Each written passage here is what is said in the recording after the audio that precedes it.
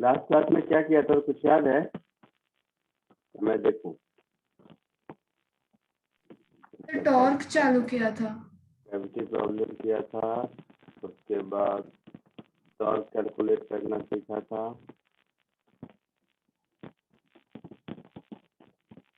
Torque के बाद equilibrium का किया था। ठीक है,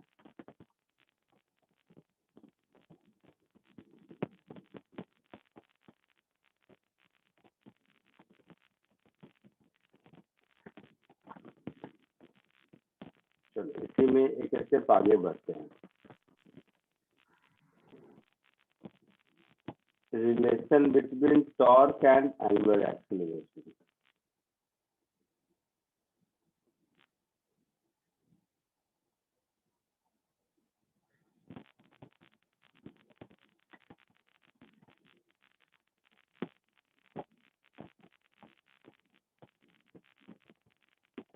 सर्कुलर मोशन में एंगुलर एक्सीलरेशन देखा था।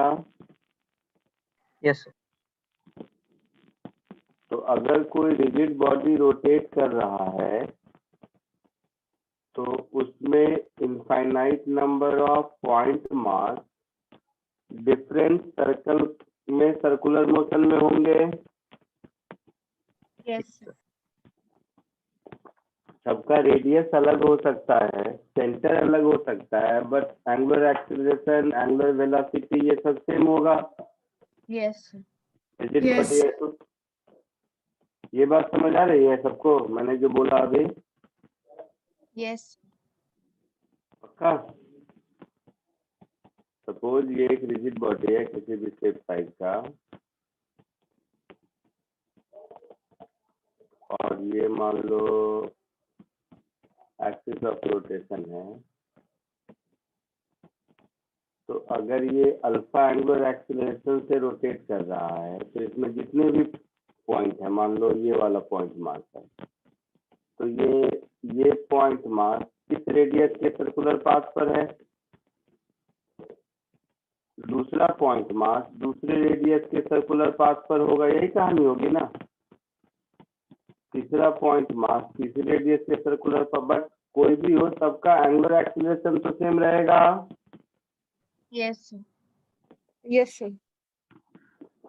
तो एंगुलर एक्सीलरेशन अगर अल्फा है तो टेंजेंशियल एक्सीलरेशन क्या होगा? आर अल्फा होगा। यस। इसका मतलब है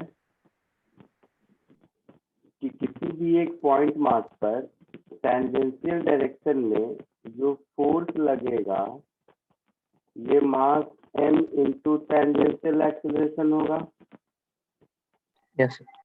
that is mass m into radius r into alpha, ऐसा। यस। तो टोटल टेंजेंशियल फोर्स जो होगा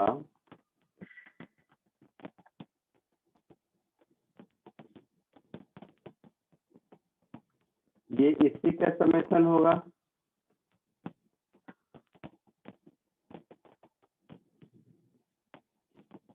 मैंने तो एक पॉइंट मास पर लिया, m i r i i is equal to 1 to n, ऐसा लिख सकते हैं। Yes, yes.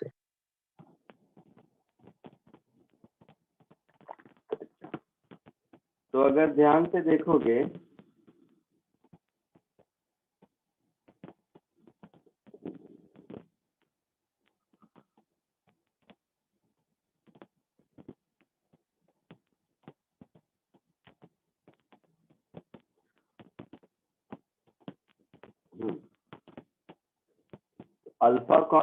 अल्फा कांस्टेंट है तो ये बाहर आएगा।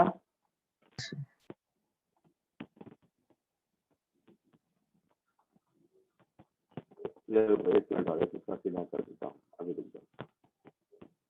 ये अगर टेंजेंशियल फोर्स है तो कोई एक पॉइंट मान देखो, मान लो यही वाला देख लो, तो ये पार्टिकल अगर इस सर्कल में है,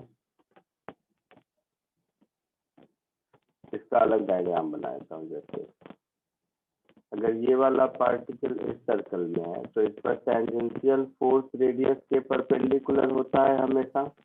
यस। इस टेंजेंशियल फोर्स का जो टॉर्क होगा,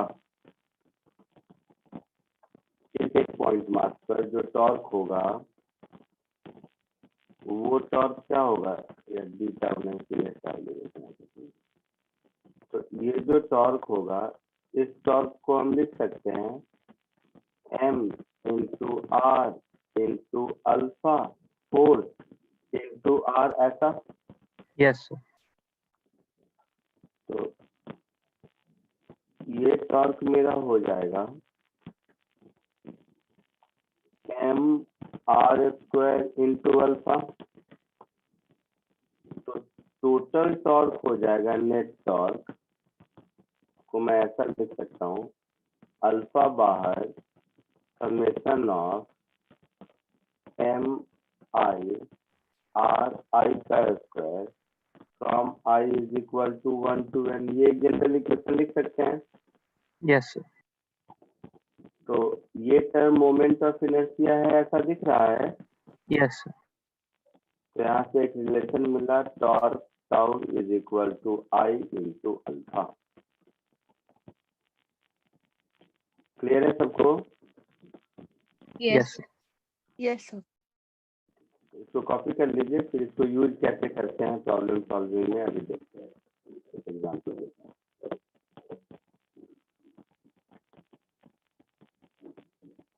कॉपी कर लीजिए।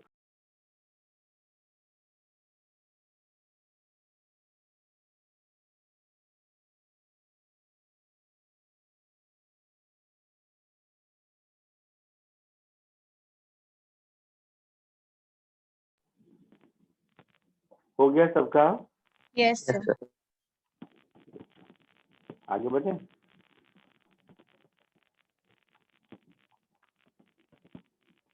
जस्ट फॉर्मूला बेस्ड क्वेश्चन से थोड़ा पहले एक दो तो सिंपल फॉर्मूला बेस्ड क्वेश्चन देखो। यही torque is equal to I alpha पर जरा इसको बताओ तो। एकदम सिंपल फॉर्मूला बेस्ड क्वेश्चन है, इसमें कुछ नहीं लगाया मैंने।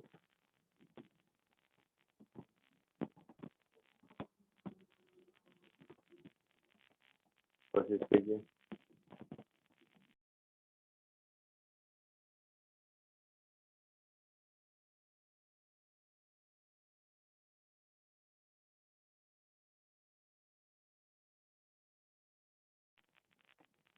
हो गया सबका?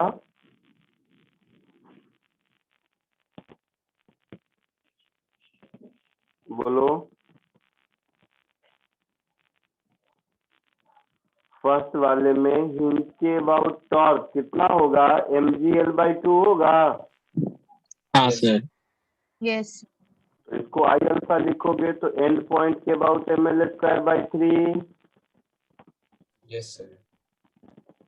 Into alpha, yes sir. This is equal to mgl/2, ऐसा लिख सकते हैं। हाँ Yes. सर। तो ml एक चल गया, तो alpha is 3g/2l।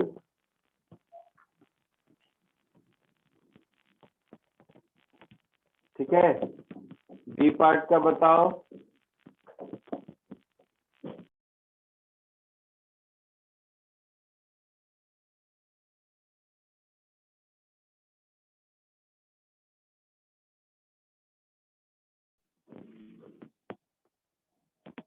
Second part का बोलो कोई।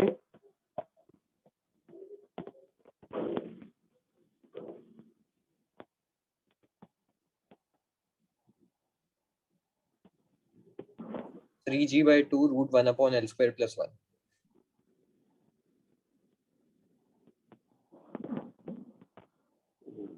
चलो देखते हैं।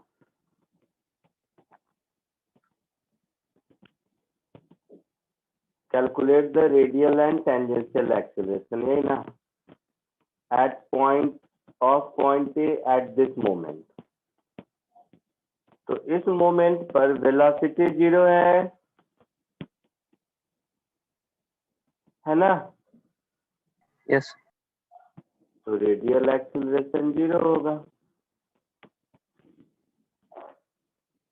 पॉइंट ए इस रॉड का एंगुलर एक्सेलरेशन अल्फा है, तो पॉइंट ए का टेंजेंशियल एक्सेलरेशन क्या होगा? L alpha. Yes. तो 3g/2 Yes. Yes, sir. आया समझ में? बाकी वो क्या रूट रूट बोल रहे थे, क्या कर लिया था समझा नहीं मैं।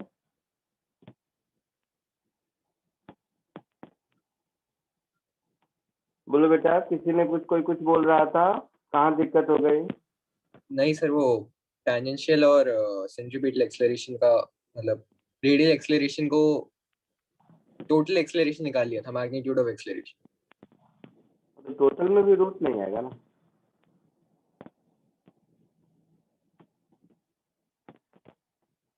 ठीक है, ठीक है, फिर ये नहीं करते अभी, इंक्रीज नहीं करते अभी, यही क्वेश्चन मतलब सिमिलर ही एक और करो।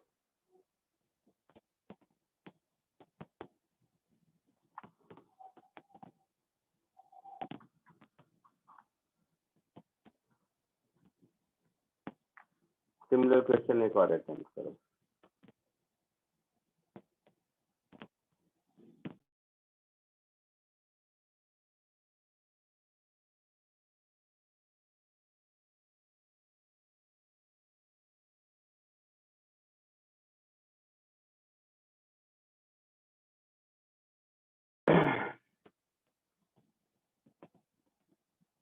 हो गया सबका? सबने अटेम्प्ट कर दिया? Yes, sir. ठीक है। Force exerted by the hinge just after the rod is released from the rest. ठीक है, वर्टिकल प्लेन में। तो mg इधर लगेगा, Yes, sir. Yes, sir. ये ऐसे रोटेट करेगा, Yes, sir. तो मेरा टॉर्क हो जाएगा mg cos 37 degree into L/2। कोई डाउट किसी को? नहीं, sir. No. So 4 mg D/5 into L by 10, that is 2 mg L/5, और टॉर्क I अल्फा, तो ml square by 3 into alpha, ml 8m 1 चल गया, तो अल्फा मुझे मिल गया 3 2 6 g बाई 5l। हम लोगों से पूछा है find the force exerted by the hinge just after the rod is released from rest. तो टॉर्क हमने हिंज के अबाउट लिया, तो वहां के फोर्स की जरूरत नहीं पड़ी, है ना? Yes, sir.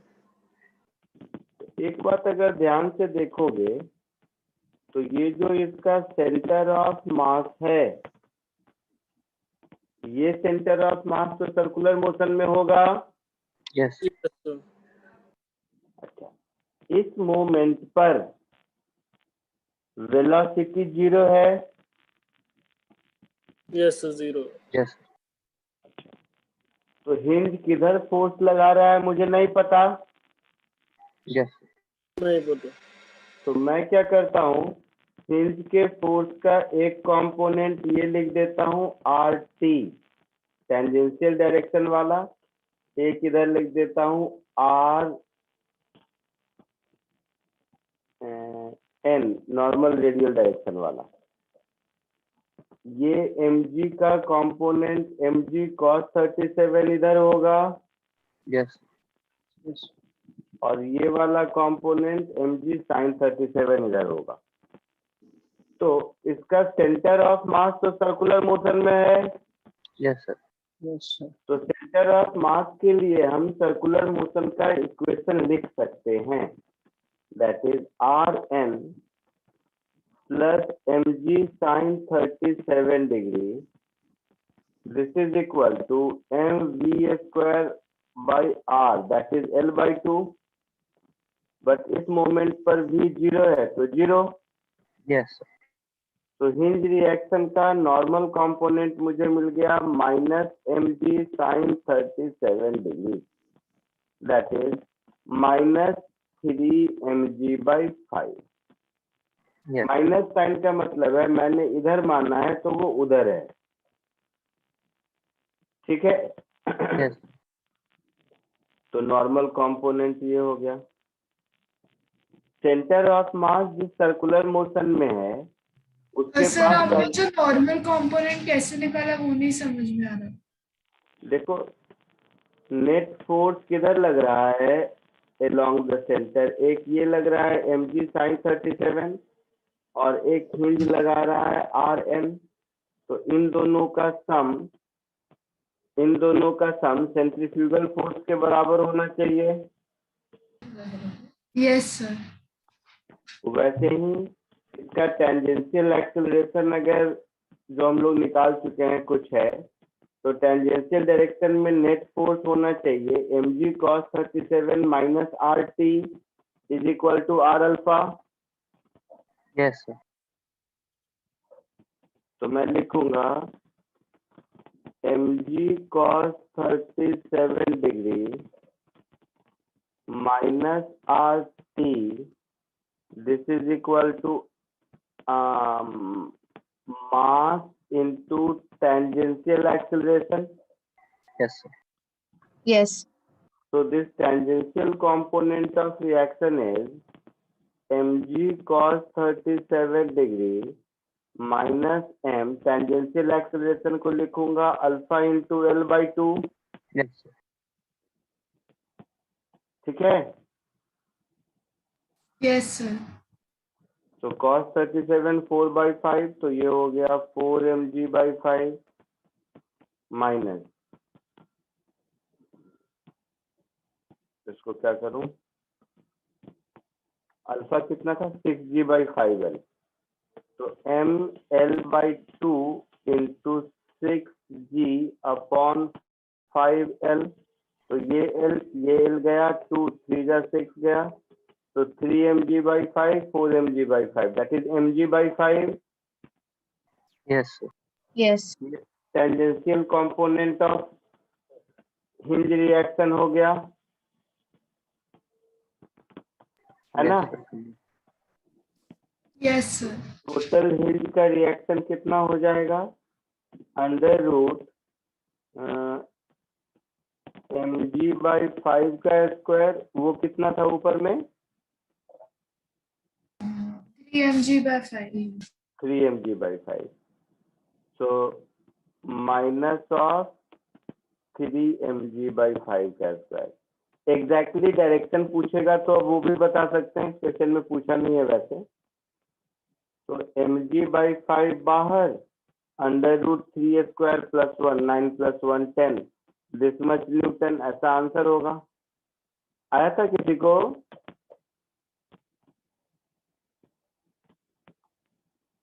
समझ के लिख लो, अगर ये समझ आ रहा है तो थोड़ा एक और डिफिकल्टी लेवल दूंगा, नहीं तो इजी वाले कुछ और कराऊंगा।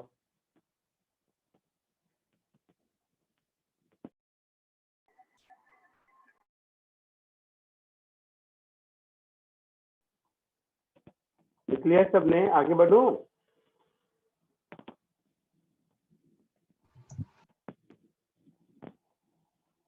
लिख लिया सबने, आगे बढ़ो। Yes, sir. Yes yes sir.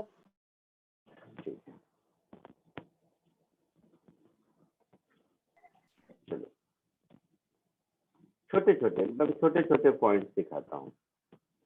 Kinetic energy मालूम है, Yes, sir. Half mv², Yes, वो ट्रांसलेशन में होता है, ठीक वही है, नया कुछ नहीं है, बट ऐसे ही। सपोज रोटेशनल काइनेटिक एनर्जी, अगर ऑब्जेक्ट रोटेशन में है तो काइनेटिक एनर्जी कितनी होगी, नया कुछ भी नहीं है, ऐसे ही नया टर्म इंट्रोड्यूस कर दिया, अदरवाइज है वही। तो जैसा मैंने कहा कि अगर ऑब्जेक्ट रोटेशन में है, मतलब उसके जितने पॉइंट मास हैं ये सब अलग अलग सर्कुलर मोशन में हैं, yes, sir.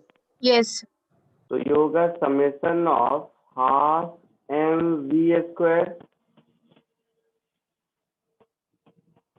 Yes. अच्छा, v को अगर मैं r ओमेगा लिख दूं तो अब फिर वही समझने वाली बात है, पूरे रिजिड बॉडी में हर पॉइंट अलग अलग रेडियस के सर्कुलर मोशन में होगा, बट सबकी एंगुलर स्पीड तो कॉमन रहेगी। Yes. Yes, sir. तो ये कुछ ऐसा हो गया, summation of half mi ri का square into omega square. Yes. तो हाफ बाहर, ओमेगा स्क्वायर बाहर, summation of mi ri square. Moment of inertia. Yes, sir. Moment of तो inertia. ये मोमेंट ऑफ इनर्शिया हो गया। Yes, sir. जब भी ऑब्जेक्ट रोटेशन में होगा तो उसकी रोटेशनल काइनेटिक एनर्जी को हम हाफ आई ओमेगा स्क्वायर लिख सकते हैं। कॉमन सेंस है। Yes, sir. इस कॉमन सेंस को कॉपी कर लीजिए, फिर इसी टॉर्क वाले क्वेश्चन में इसको इंट्रोड्यूस करने की कोशिश करते हैं।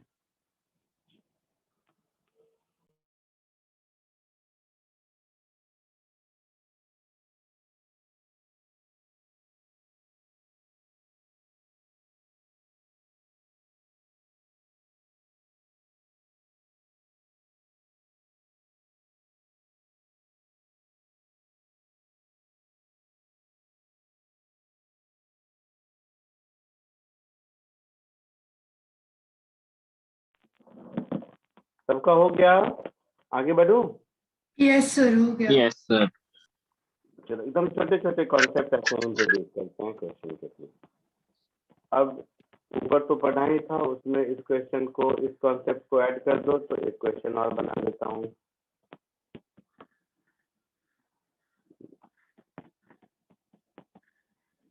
वही रॉड है, वही रॉड की कहानी। Mass m, length l, vertical plane में n, ये एंड पॉइंट है। वो गैप को तुम लोग समझो नहीं, समझ गए ना? Yes, sir. ये लेंथ l है, मास m। इसको जब रोटेट करेंगे तो ये नीचे आएगा। Yes, sir. Yes. तो ये जब नीचे आएगा तो कैसे आएगा? अब कौन ये ड्राइंग करे? अच्छा क्वेश्चन लेने का यही पंगा।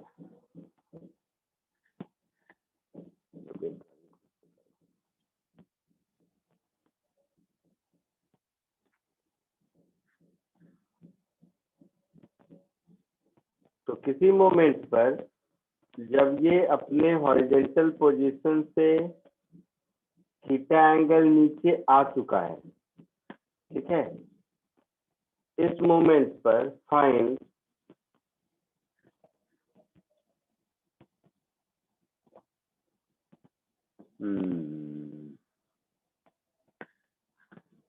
ब्रेक करके दूं या चलो क्वेश्चन ए ब्रेक करके देता हूँ, इतनी बार पूछ लूंगा तो नहीं बता पाओगे। Radial acceleration of centre of mass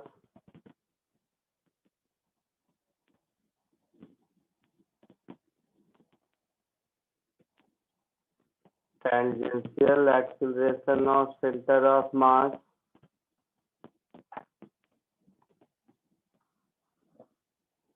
ये हिंज है।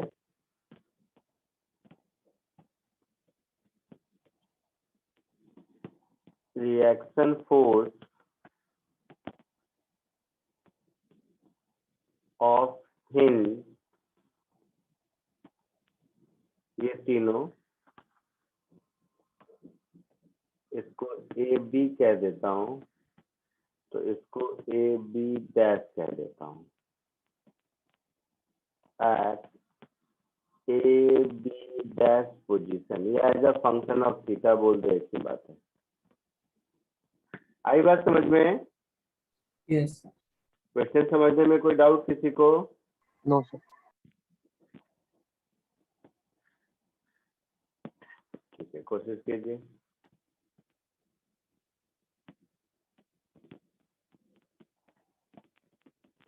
ध्यान से करना, गलत होने के चांसेस हैं, ये थोड़ा ट्रिक क्वेश्चन है।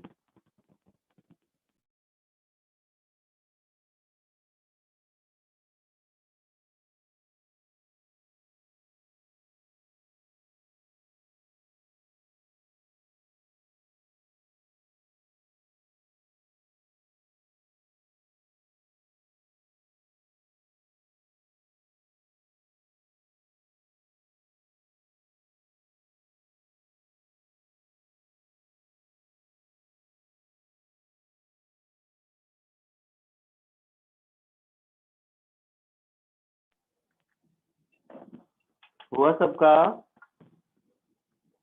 अटेम्प्ट किया सबने? बोलो, सही गलत अलग बात है, अटेम्प्ट करके देखा कुछ? यस सर, अटेम्प्ट किया। Yes, sir. क्या क्या किया ये बताओ। तो रेडियल एक्सीलरेशन के लिए energy conservation Yes, sir. Energy conservation. Energy conservation किया, क्या आया आंसर? 2g sin theta. और टेंजेंशियल एक्सीलरेशन के लिए?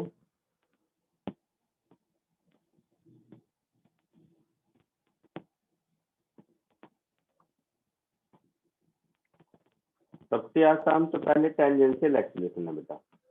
mg इधर, Yes, sir.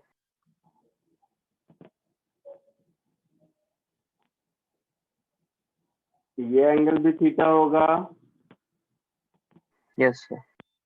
तो ये mg cos थीटा होगा, ये mg sin थीटा होगा। ठीक है, तो सबसे पहले टॉर्क तो मुझे दिख रहा है ना, mg cos theta into L/2।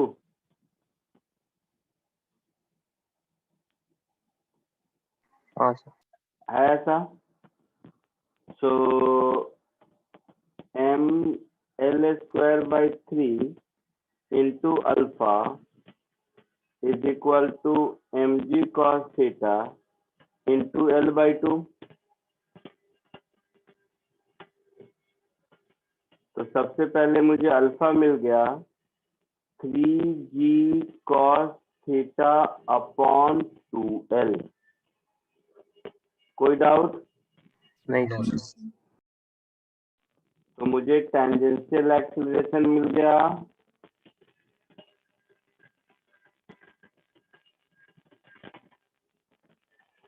कितना?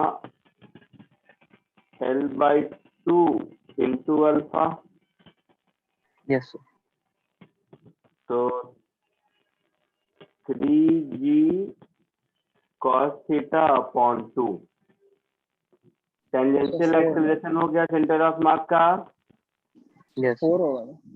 Sir, 4. Sir, 4 होगा. हाँ 4 होगा, तो 4 कर लो। टेंजेंशियल एक्सीलरेशन सबसे आसान है। रेडियल एक्सीलरेशन के लिए क्या किया? Energy conservation. एनर्जी कंजर्व किया।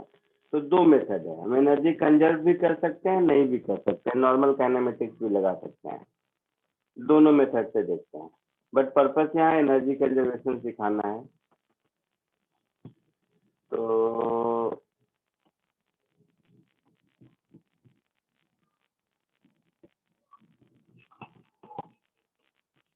रेडियल एक्सीलरेशन के लिए method 1,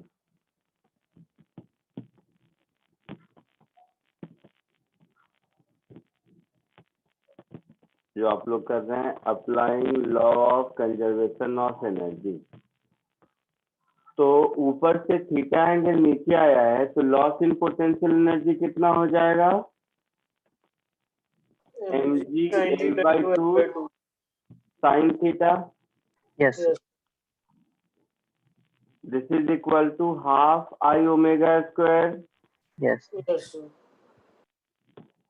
So half m L²/3 into omega square। तो ये हाफ का 2 हटा दीजिए, ये m हटा दीजिए, ये एक l हटा दीजिए। तो यहाँ से मुझे मिल गया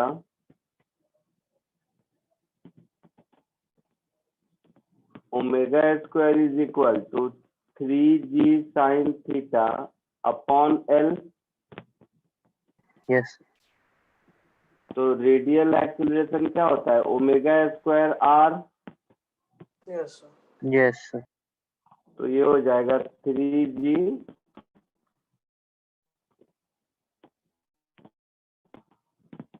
साइन थीटा अपॉन 2। ये रेडियल एक्सीलरेशन का आंसर हो गया, है ना? बोलिए, Yes, sir. पक्का? दूसरा तरीका इसको ऐसे भी कह सकते हैं, मान लो law of conservation of energy नहीं लगाया तो नॉर्मल काइनेमेटिक्स से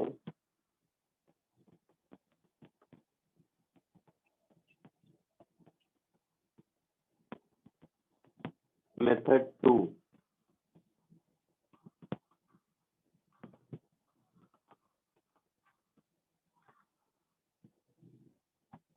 अल्फा मिल चुका है हमें,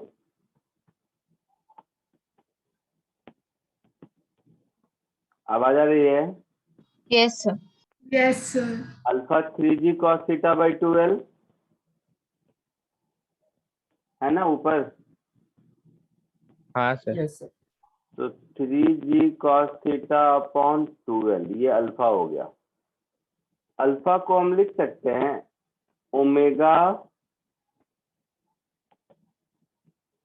D omega by D theta. Yes, sir. Yes, sir. सबको समझ आ रहा है?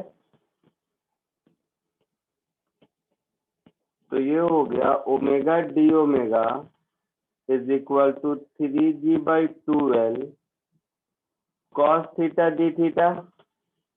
इसको दोनों ओर इंटीग्रेट कर देते हैं, theta is equal to 0 to theta, ये हो गया 0 टू ओमेगा,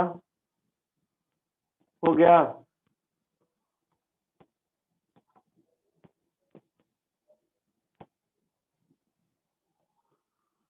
ऐसा होगा Yes. Yes, sir. तो omega square 3g sine theta upon L, so radial acceleration is omega square into L by 2, तो 3g साइन थीटा बाई 2, यही answer पहले भी आया था। Yes, sir. इसको एक क्वेश्चन मत समझो, ये 2-3 क्वेश्चन है। यहाँ तक किसी को कोई डाउट है? No, sir. नहीं। अब जैसा मैंने हिंज रिएक्शन वाला एक क्वेश्चन ऊपर किया था ना कहीं, तो रेडियल और टेंजेंशियल डायरेक्शन में अलग अलग लेके, Yes, sir. Yes, sir. तो वैसे ही अगर रेडियल और टेंजेंशियल एक्सेलरेशन मिल चुका है तो वो काम इसमें कर सकते हैं। Yes. सी पार्ट अटेम्प्ट करोगे खुद से या मैं कर दूं? हम लोग ट्राई कर। ट्राई कीजिए, ये मत समझो एक क्वेश्चन है, 3 क्वेश्चन कर रहे हैं ऐसा समझो, एक बार अटेम्प्ट करो।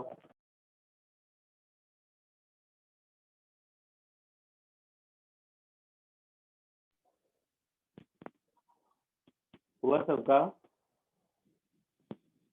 Yes, sir. ध्यान से देखो, मैंने इतना टाइम इसलिए दिया क्योंकि इसके बाद जो क्वेश्चन दूंगा एग्जैक्टली वो देना चाहता था, बट वो समझने के लिए इसका हर एक स्टेप समझना जरूरी है। नेक्स्ट पार्ट देखो,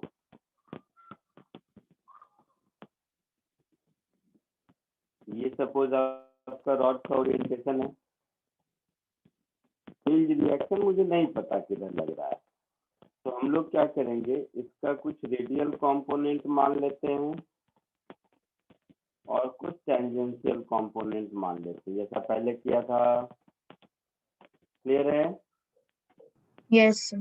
तो ये हो गया RT, इसका नाम दे दो RM। यहाँ पर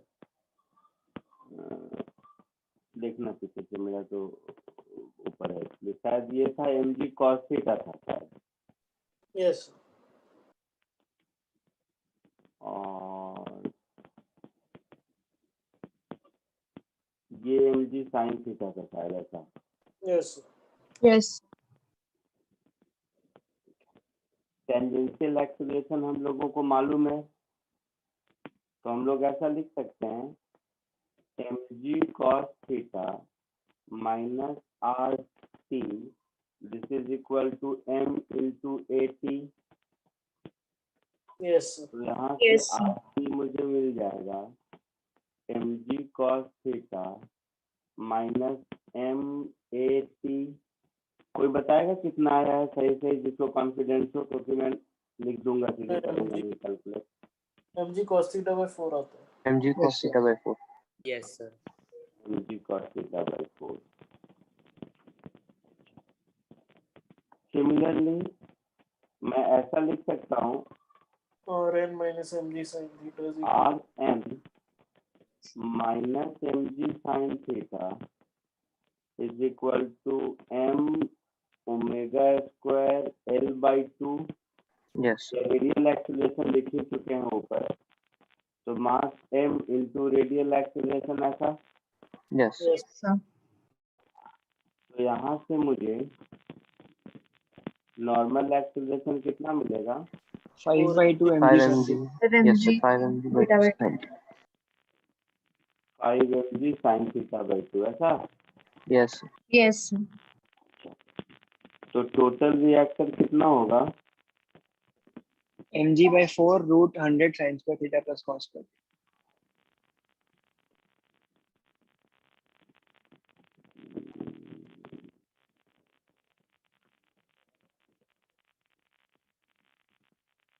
क्या बोल रहे हैं? mg बाई 4 बाहर लिख दूं तो ये हो गया cos square theta plus 100 sign square theta. Sir, cos square theta by 4 होगा.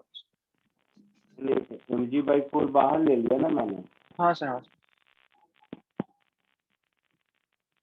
ठीक है। cos square is 1 minus sine square, तो mg by 4 under root 1 plus 99 sine square theta correct answer. कोई डाउट किसी को? No, sir. No, sir. हो sir. सबको समझ आ गया? Yes, sir.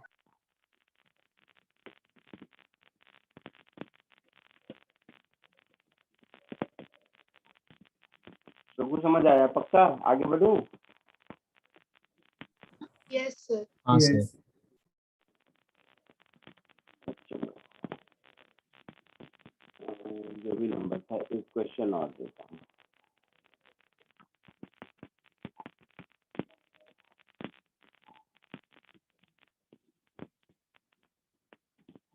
इसी क्वेश्चन को रिपीट करते हैं।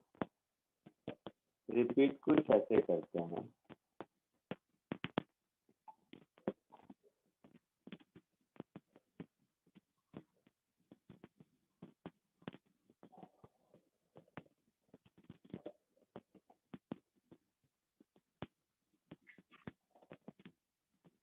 अब ये जो रॉड है,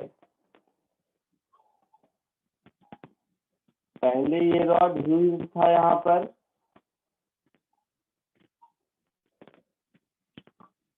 इस पॉइंट पर ये रॉड पहले हिंज था ना यहाँ Yes. पर। अब मैंने क्या किया, इसको हिंज नहीं रखा, इसे कलर चेंज कर देता हूँ, मान लो black। अब ये इस कॉर्नर पर जस्ट अटैच है। अटैच मतलब यहाँ पे टच कर रहा है। जैसे मान लो तुम्हारे घर में जो टेबल है, उस टेबल के कॉर्नर पर यहाँ पर एक रॉड है, तो इस रॉड को छोड़ोगे तो ये नीचे आएगा, Yes, sir. और थोड़ा एंगल थीटा आने के बाद स्लिप होके गिर जाएगा, Yes, sir. है ना। तो यहाँ कॉर्नर पर जितना फ्रिक्शन होगा उसके हिसाब से डिपेंड करता है कितना स्लिप करेगा। Yes, sir. Yes. फ्रिक्शन ज्यादा होगा तो ज्यादा नीचे जाकर स्लिप करेगा, कम होगा तो कम नीचे जाकर स्लिप करेगा।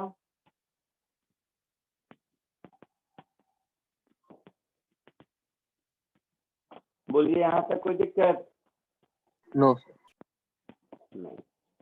तो यहाँ और इसके बीच का फ्रिक्शन कोएफिशिएंट मान लो म्यू है। तो आपसे पूछा है कि कितना एंगल थीटा जाने पर स्लिप करता है। क्वेश्चन समझ आ गया? Yes, sir. फाइन, और जब स्लिप कर जाएगा उसके बाद तो मोशन अंडर ग्रेविटी होगा। Yes, sir. तो find angle theta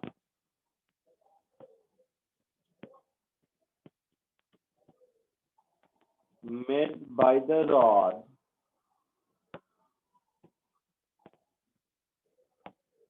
before it starts slipping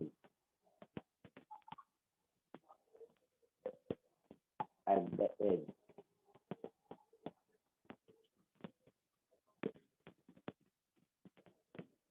ठीक है, Yes, sir. कोशिश कीजिए।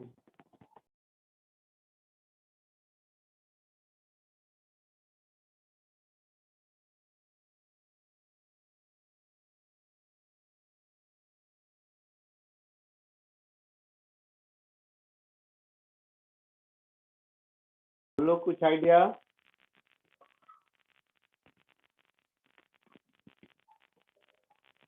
आवाज आ रही है? Yes, Yes, sir. Yes, sir. देखो, ये क्वेश्चन आप ऊपर कर चुके हो, आपने ध्यान नहीं दिया। जब तक ये स्लिप नहीं होता है तब तक तो ये फिक्स के जैसा ही yes, sir. है ना? अब मेरी बात ध्यान से सुनो। तो जब फिक्स के जैसा है तो ये जो कॉर्नर है ये इस पर टेंजेंशियल फोर्स इधर लगाएगा और नॉर्मल फोर्स इधर लगाएगा, और इन दोनों मतलब इस हिंज को, हिंज मतलब इस एज से ये रॉड ये दोनों फोर्स एक्सपेक्ट कर रहा है।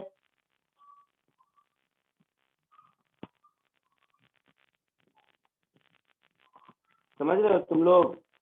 Yes, sir. जब ये हिंज है तो ये दोनों फोर्स वो इस हिंज से एक्सपेक्ट कर रहा है। हिंज दे पाता है तो ठीक, नहीं तो हिंज टूट जाएगा। Yes, sir. ठीक वैसे ही रॉड अगर ये वाला ये कॉर्नर रॉड को ये दोनों फोर्स प्रोवाइड कर पाता है तो ठीक, नहीं तो स्लिप कर जाएगा। तो इसमें जो आर एन की रिक्वायरमेंट है ये तो फ्रिक्शन ही देगा। Yes, sir. तो this should be less than equal to friction force का maximum value,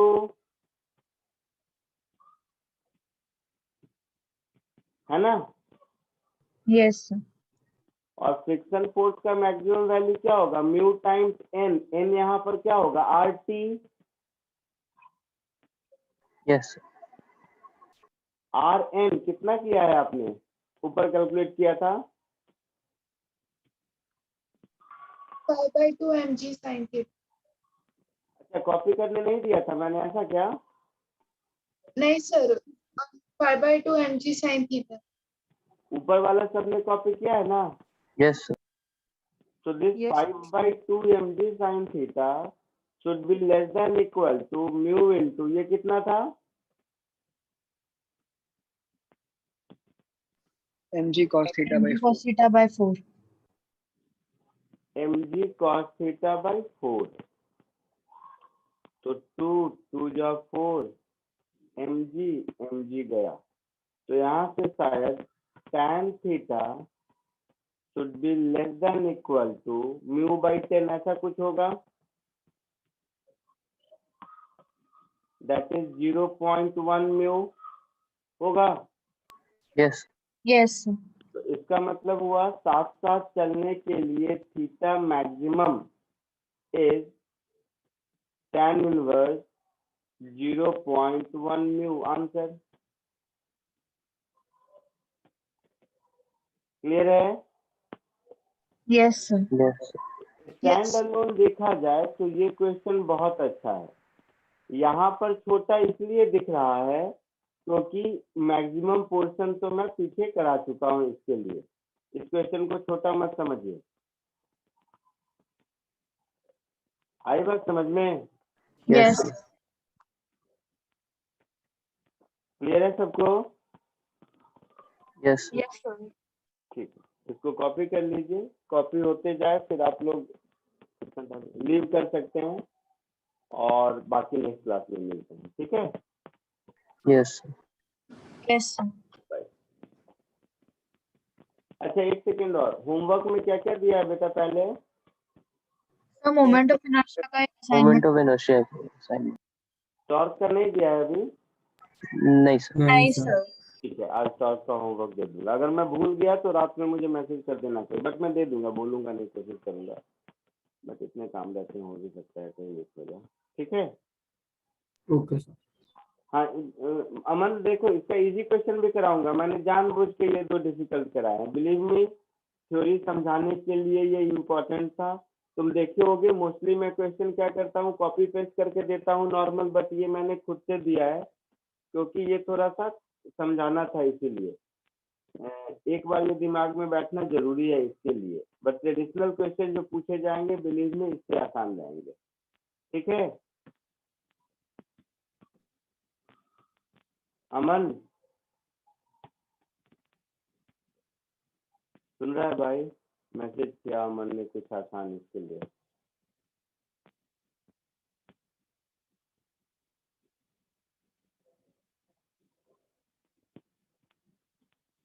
A similar question came in advanced 2020, is it so? Yes, sir.